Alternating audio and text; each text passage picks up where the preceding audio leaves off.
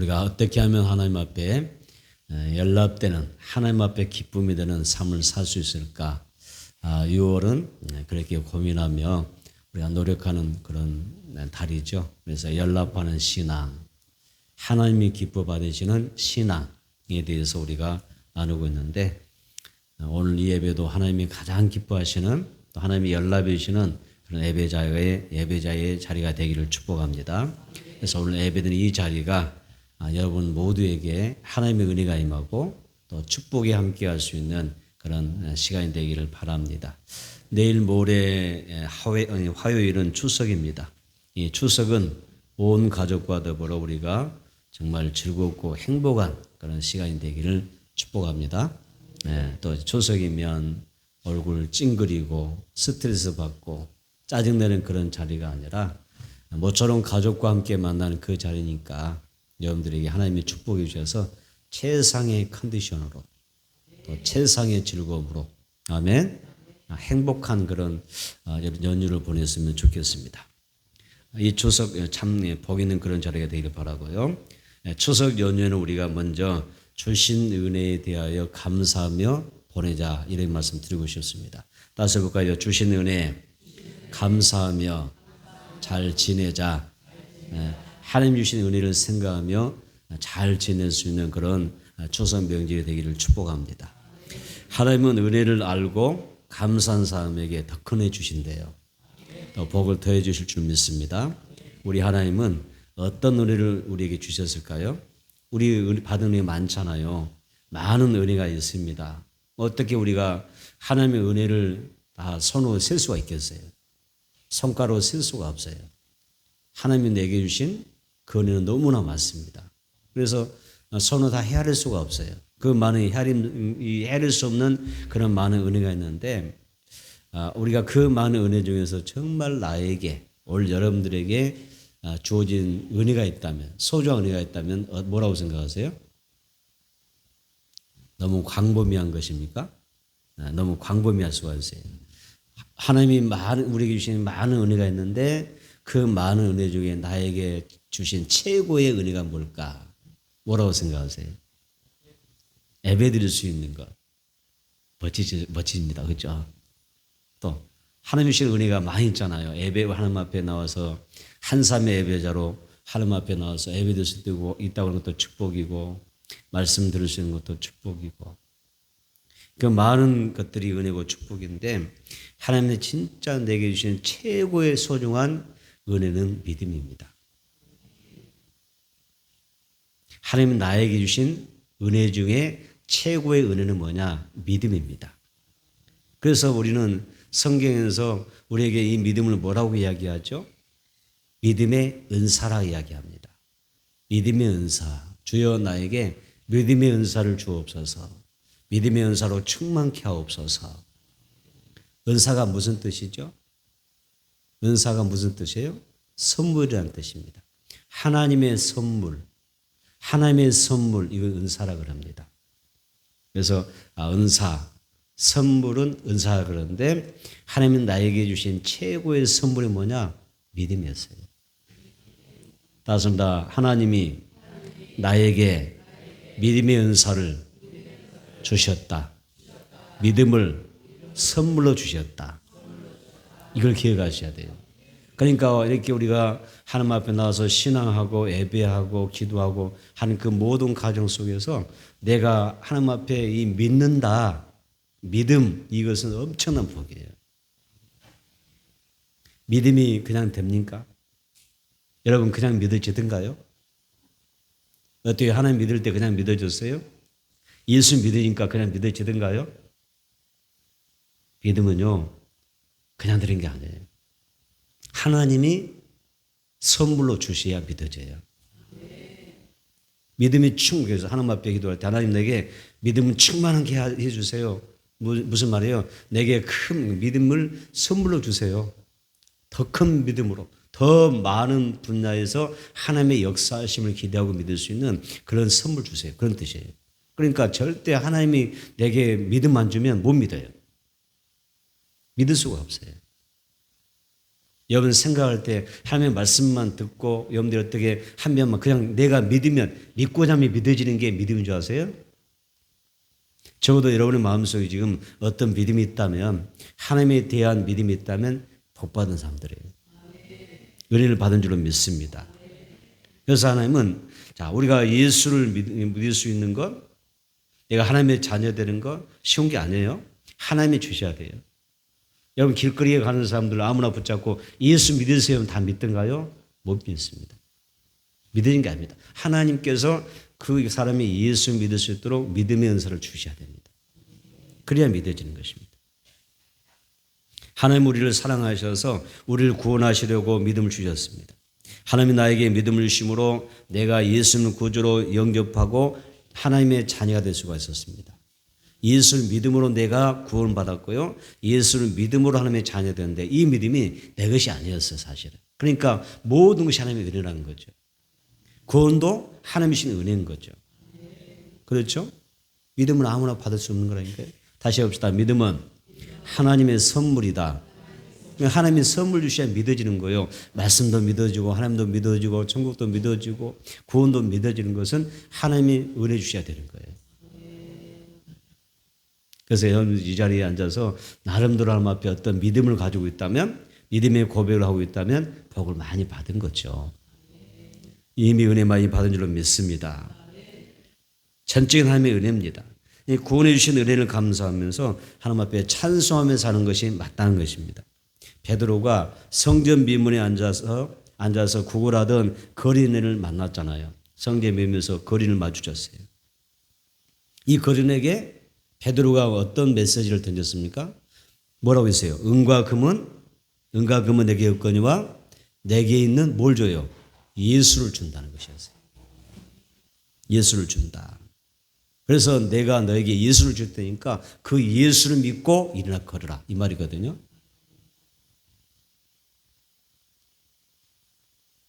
성전 미문 앞에서 동냥하는 구걸하는 이 사람을 향하여 베드로가 줬던 것은 뭐라고요?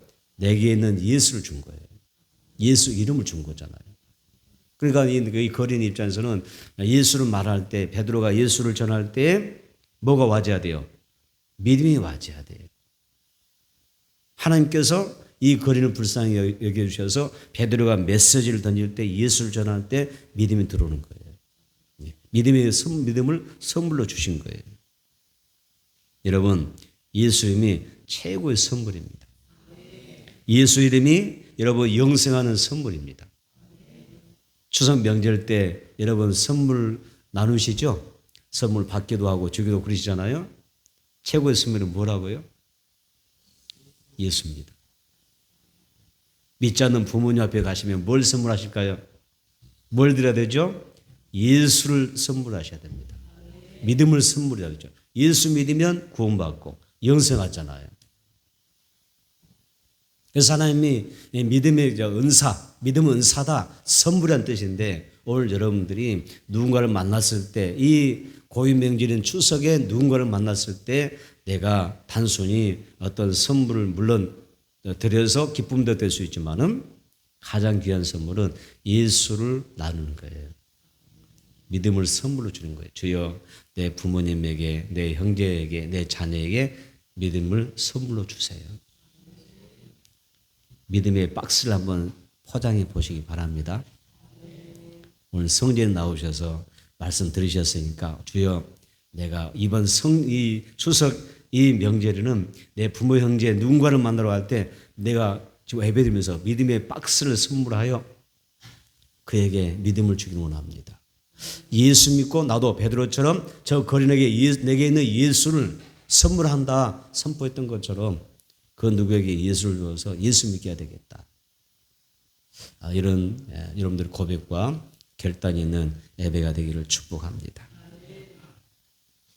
우리가 이 땅에 사는 존재 목적이 무엇일까요? 나를 구원하신 하나님 앞에 영광 돌리는 것입니다.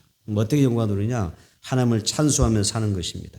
찬송과 가사 가운데 어떤 게냐면 하나님의 은혜로 모여서 하나님의 은혜로 이 쓸데없는 자 왜 구속에 주셨는지나 알 수가 없도다.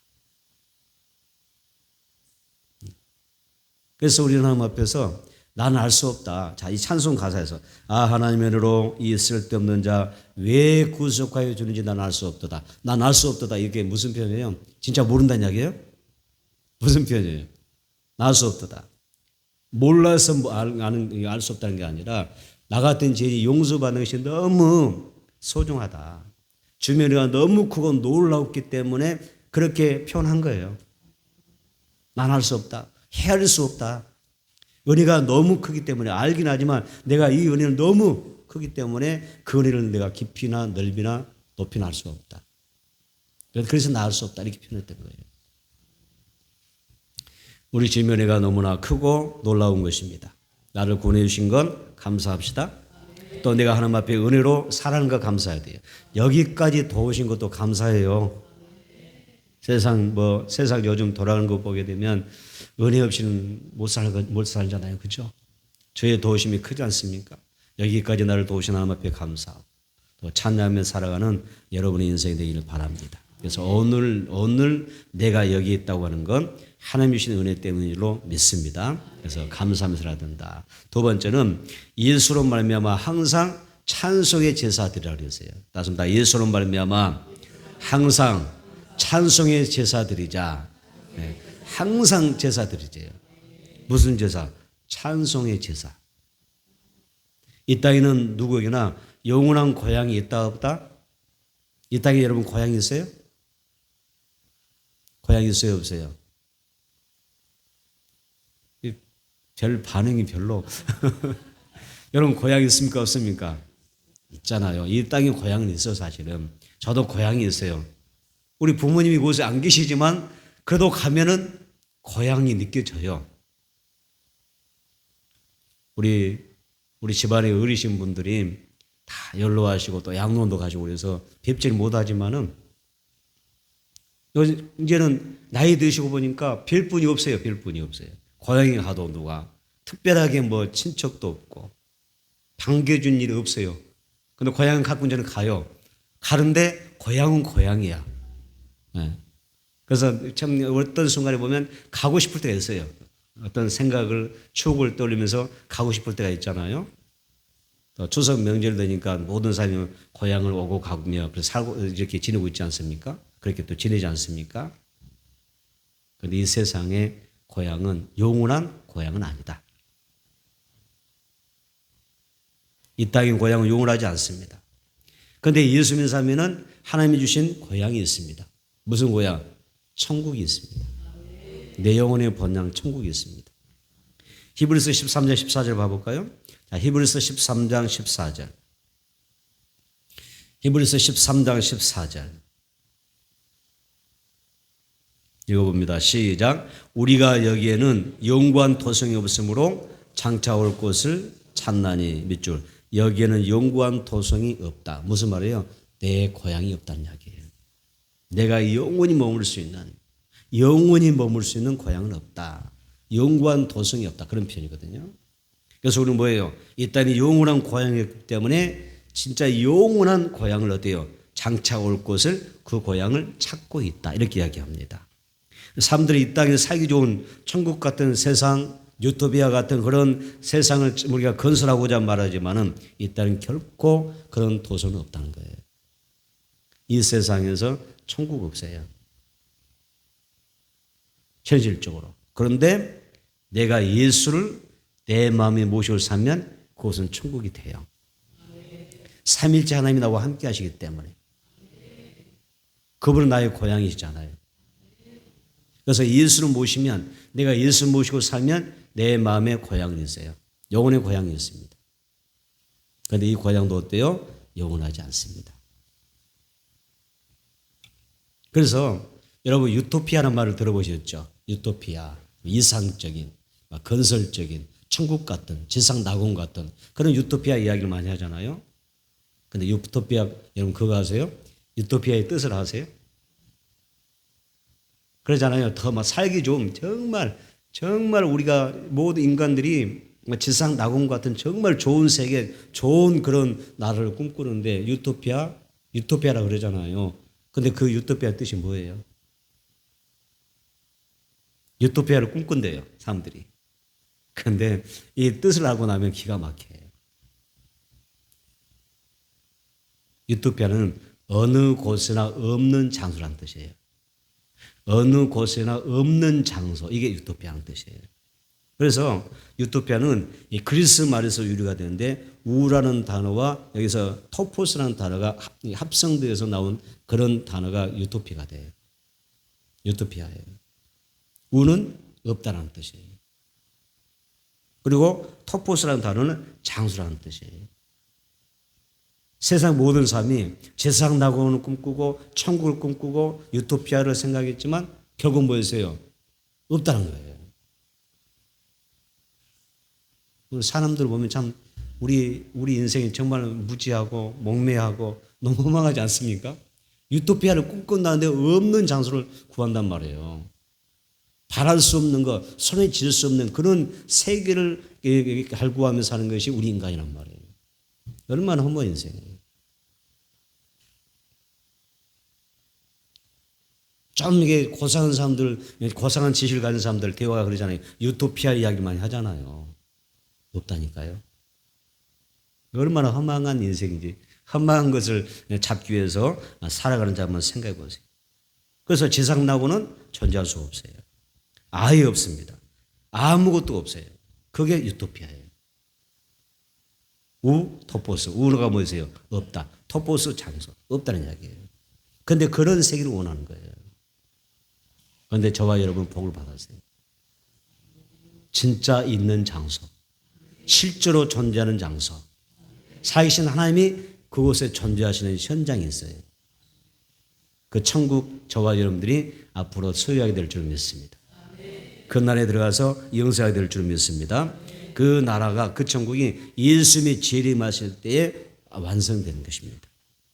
우리는 앞서간 성도들 만나게 될 것이고 그곳에서 함께 영원히 영광 도성 천국에서 영생 복락 누리며 살아가게 될 줄 믿습니다. 이 사실을 알기 때문에 앞에 감사하라. 감사하며 살아야 된다. 할렐루야. 그렇게 살라고 말씀하신 겁니다.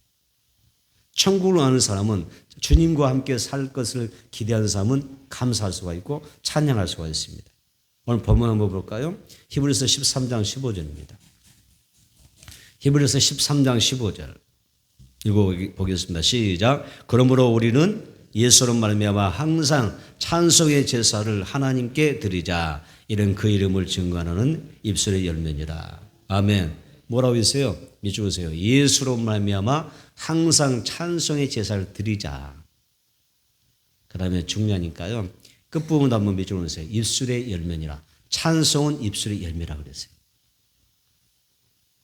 우리에게 뭘 말씀합니까? 항상 찬송해라. 쉬지 말고 기도하는 게 아니라 쉬지 말고 찬송해라.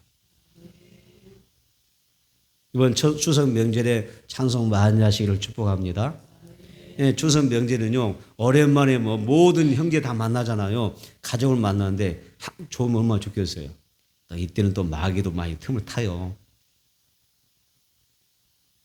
이상하게 그 명절에도 헤어진 사람도 많다고 그러네요. 조심하시기를 바랍니다. 추석 명절이 행복해야 되고 정말 화목해야 되고 사랑으로 살아가는 좋은 세상인데 여러분 그때 마귀가 틈다. 싸우기도 하고 대판 싸우기도 하고 어때 보면 어떤 가정은 칼부림도 나고 막 그래요. 찬송하는 사람은 평안을 줄 줄 믿습니다. 가정이 평안할 줄 믿습니다. 찬송의 은혜가 넘쳐나야 줄 믿습니다. 찬송, 이 찬송이라는 단어의 원어가 뜻이 뭔지 아세요? 찬송이라는 단어의 원어 뜻은 하나님 앞에 하나님의 이름에 합당한 이름 영광을 돌리라는 뜻이에요. 주의 명예에 합당한 영광을 돌려라. 그게 찬송이에요. 하나님은 찬송 받으시기에 합당하다는 이야기예요. 찬송은 뭐냐면 결국 하나님의 명예에 그 이름에 합당한 영광이 되기 때문에 찬송 많이 올려드려야 된단 말이에요. 요한계시록 5장 10절 볼까요? 요한계시록 5장 12절 보겠습니다. 요한계시록 5장 12절 시작. 큰 음성으로 이르되 죽임을 당하실 어린 양은 예수는 능력과 부와 지혜와 힘과 존귀와 영광과 찬송을 받으시기에 합당하도다 하더라. 그게 찬송이라는 뜻이에요. 합당한 영광 드리는 거예요. 주의 이름에 합당한 영광. 찬송 마땅히 하나님께 드려야 돼요. 합당하다. 하나님의 명예에 합당하다. 열심히 하나님의 구원받은 자녀들은 찬송해야 될 줄 믿습니다. 그래서 우리가 살다 보면 좋은 일도 있고 고진 일도 있고 슬픈 일도 있고 나쁜 일도 있고 막 어려운 일들이 찾아오지 않습니까? 이럴 때 하나님의 도움을 구하는 게 찬양입니다. 하나님이 도와주시면 그 어떤 상황에서도 역전되는 은혜가 있을 줄로 믿습니다. 우리는 하나님 앞에 기도도 하고 감사도 하고 찬양도 올려드립니다. 우리가 행복하고 잘 살 때 드리는 찬양보다도 여러분 아프고 정말 어떤 고통스러울 때 어려울 때 찬양하는 게 더 의미가 깊어요. 하나님 더 귀하게 여기세요. 고난 중에 찬양이 하나님을 더 영화롭게 합니다. 평화로울 때도 감사하죠. 평화롭고 건강하고 막 모든 게 은혜 가운데 살 때 찬양을 하면 기뻐하시겠어요. 그런데 정말 고난 중에서 숨쉬기가 어려울 정도로 답답할 때도 어려울 때 앞에 감사해 보세요. 찬양하면 여러분 감옥의 터가 움직이는 거예요. 착고가 풀릴 줄 믿습니다.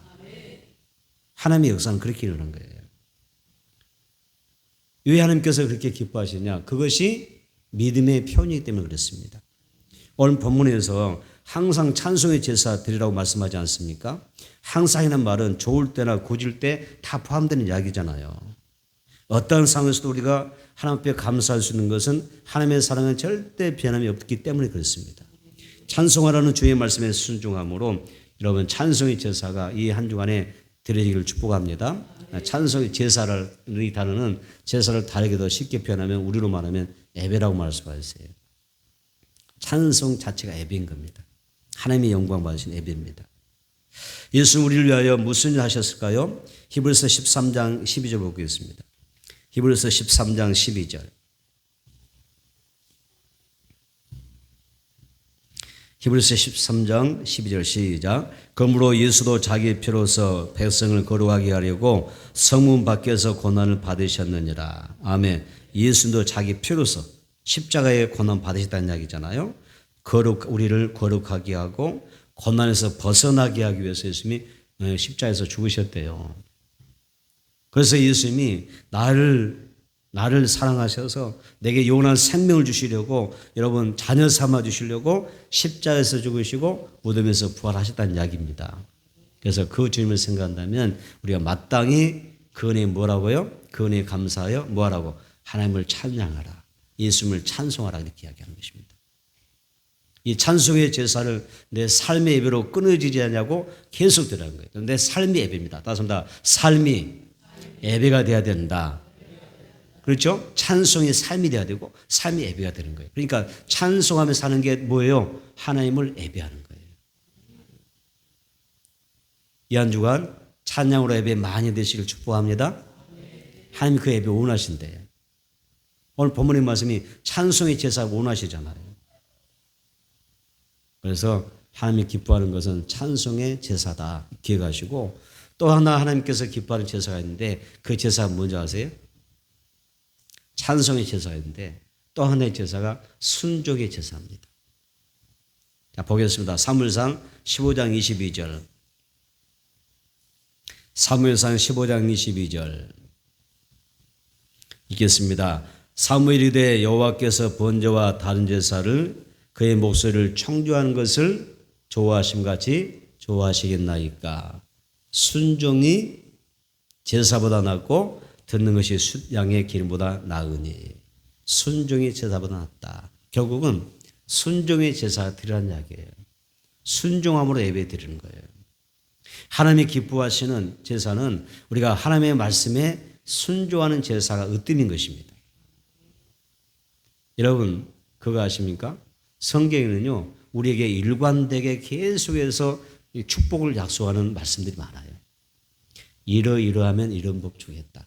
저러저러하면 저런 복 주겠다. 일관되게 우리에게 복을 약속하고 있습니다. 하나님을 경외하고 말씀에 순종하면 복을 받습니다. 꼭 기억하십시오. 15장 22절 순종이 제사보다 낫고 듣는 것이 숫양의 기름보다 나으니 그랬습니다.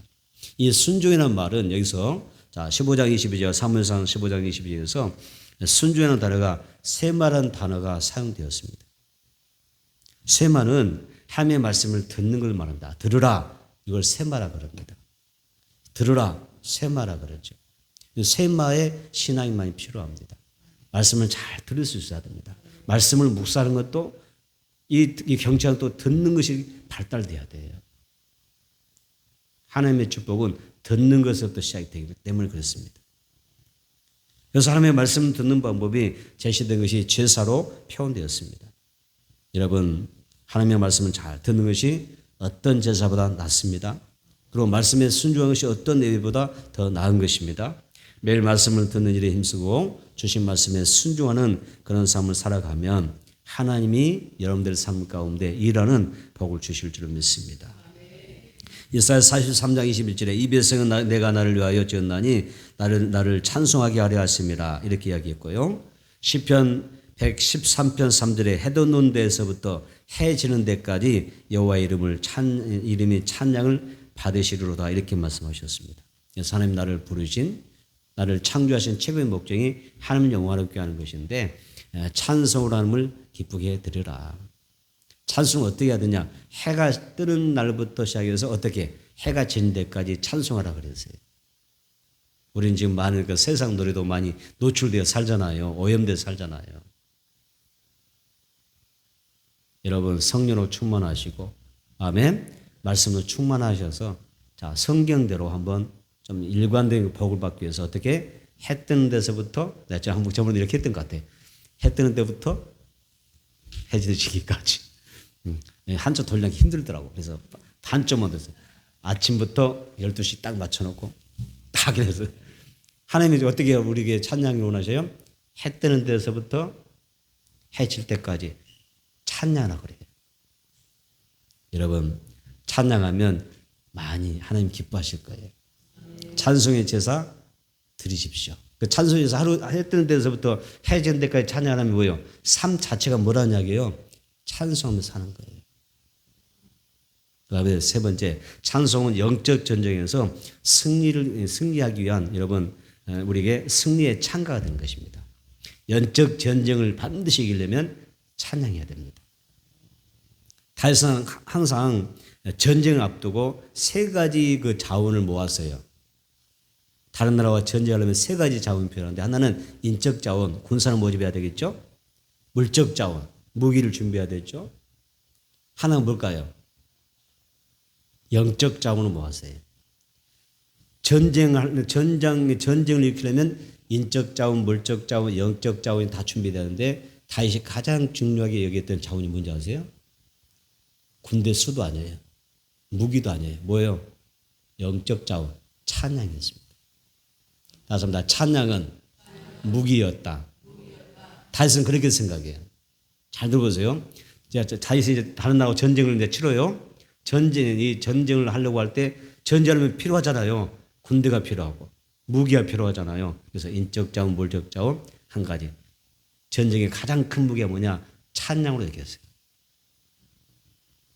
어때요, 여러분? 딴 나라 이야기 요즘 뭐 달나라 이야기라는 말도 많이 들리더라고요. 딴 나라 이야기입니까? 잘 생각해 보세요. 영적 전쟁의 최고의 무기는 다른 게 아니에요. 찬양입니다. 다윗은 찬송과 관련하여 아삽과 헤만과 여두둔이라고 하는 그런 세 명의 악사를 선출합니다. 이 사람들을 기준으로 하여 하나님을 찬양하는데 그 찬양 인원이 몇인 줄 아세요? 4,000명입니다. 4,000명의 찬양들을 구성합니다. 그리고 이 찬양들을 동원하여 전쟁하는 것입니다. 전쟁 양상이 다르죠? 네, 다릅니다. 그래서 이 찬양팀이 부른 그 신뢰한 노래는 선자들이 하나님의 감동으로 기록했던 하나님의 말씀에다가 곡을 붙였던 그런 곡들이에요. 그래서 다윗은 전쟁을 할 때 전쟁 누구에 속해요? 하나님께 속했는데 그 전쟁을 승리로 끌어올 수 있는 방법이 뭐냐? 찬양을 이긴단 말이에요. 영적 무기입니다. 오늘 여러분 찬양의 무기 하나 장착하고 내려가시기 바랍니다. 아멘. 찬양하면 그게 무게예요. 전쟁에 싸우고 이기는 거예요. 그래서 어제나 오늘나 영원토록 동일하신 하나님, 변화없으신 하나님께 찬송하기 힘썼어요. 역대 20장에 보면 유다가 막 적들에게 둘러싸였을 때였습니다. 이때 여호사밧 왕이 취했던 행동이 뭔지 아세요? 역대상 20장 22절에 이런 이야기였어요. 자, 시간 관계상 제가 읽겠습니다. 역대 20장 21절, 백성과 더불어 운동하고 노래하는 자들 택하여 거룩한 에봇을 입히고 어떻게 군대 앞에서 찬양팀을 행진하게 하며 전쟁터에서 돼요. 여호와를 찬송하여 여기는 여호와께 감사하세요. 그 인자하심이 영원하도다 하게 하였더라 이렇게 이야기해요. 이게 전쟁 치는 방법이에요. 전장에서 군대가 앞서가는 게 아니에요. 노래하는 사람들 하나님을 찬양하는 찬양팀이 먼저 앞서가는 것이었어요. 그러자 어떤 일이 벌어집니까? 역대하 20장 24절에 이렇게 그 찬양의 결과가 나옵니다. 유다 사람이 들망대에 이르러 그 무리를 본즉 땅에 엎드러진 시체들이 뿐이요 한 사람도 피할 자가 없더라 그랬어요. 적군들이 다 쓰러져 버린 거예요. 전쟁 치르기 다 쓰러져 다 죽는 거예요. 여러분 어떤 어려움 만날 때 믿음으로 싸우셔야 되고요. 어떤 어려움 만나면 영으로 주님을 찬양해야 돼요. 힘들고 답답하고 해결 안 되잖아요. 답이 없잖아요. 자신이 없잖아요. 내가 힘도 그렇죠. 이 문제를 풀어갈 수 없을 때, 내 앞에 많은 적이 있을 때 뭐예요? 방법이 없어요. 다윗처럼 유다 백성들 어떻게 유다 백성들처럼 하나님을 찬양해야 됩니다. 주의 이름을 높이고 유다 백성들처럼 문제 앞에서 주의 인자하심과 자비하심을 높여 노래하게 되면 여러분 여기에서 하나님 기쁘게 받으시고 일하기 시작하는 것입니다. 그래서 오늘 본문 말씀 히브리서 13장 25절 얼른 읽어봅니다. 시작. 히브리서 13장 15절 시작. 그러므로 우리는 예수로 말미암아 항상 찬송의 제사를 하나님께 드리자. 이는 그 이름을 증언하는 입술의 열매니라. 찬양이 뭐라고 그러세요? 입술의 열매라고 그러세요. 찬양할 때 삶의 기적이 온다는 이야기예요. 만약 우리의 삶 가운데 힘들고 어려운 일이 있다면 하나님 앞에 감사하고 찬양하는 이야기입니다. 입술의 열매가 반드시 맺힌다는 거예요. 할렐루야. 여러분 말씀 정리하겠습니다. 마귀는 결사적으로 이 영적 전쟁을 알기 때문에 여러분의 입술을 묶는 거예요. 채는 묶어버려요. 힘들게 어렵게 해서 어떻게 막 불평하게 원망하게 하고 감사가 터져 나오지 못하게 막는 것. 네. 마귀는 우리의 입술의 언어의 그 능력을 알아요. 찬양의 열매를 알아요. 입술의 열매인 거예요. 그래서 마귀가 입을 틀어 막아요. 감사하지 못하고 막 짜증나게 하고 막 정신줄로 혼미케 만들어요. 찬양이 안 돼요. 영적 전쟁이에요. 지면 안 돼요. 할렐루야. 어떤 상황에도 찬양해야 될 줄 믿습니다. 입술의 열매가 임할 줄 믿습니다. 그래서 우리가 찬양할 때 마귀가 물러갑니다. 평안이 임할 줄 믿습니다. 불체병이 떠나갈 줄 믿습니다. 건강이 복이 올 줄 믿습니다. 삶이 회복될 줄 믿습니다. 자녀들의 삶이 회복될 줄 믿습니다. 그래서 난 도저히 찬양할 수 없다. 여기에 진달자도 우리는 고백해야 돼요. 나는 찬양하리라. 그래도 찬양하리라. 나는 감사하리라. 찬양하리라 밀고 나가세요. 그러면 기적이 나타나요. 여러분의 인생이 복이 임할 줄 믿습니다.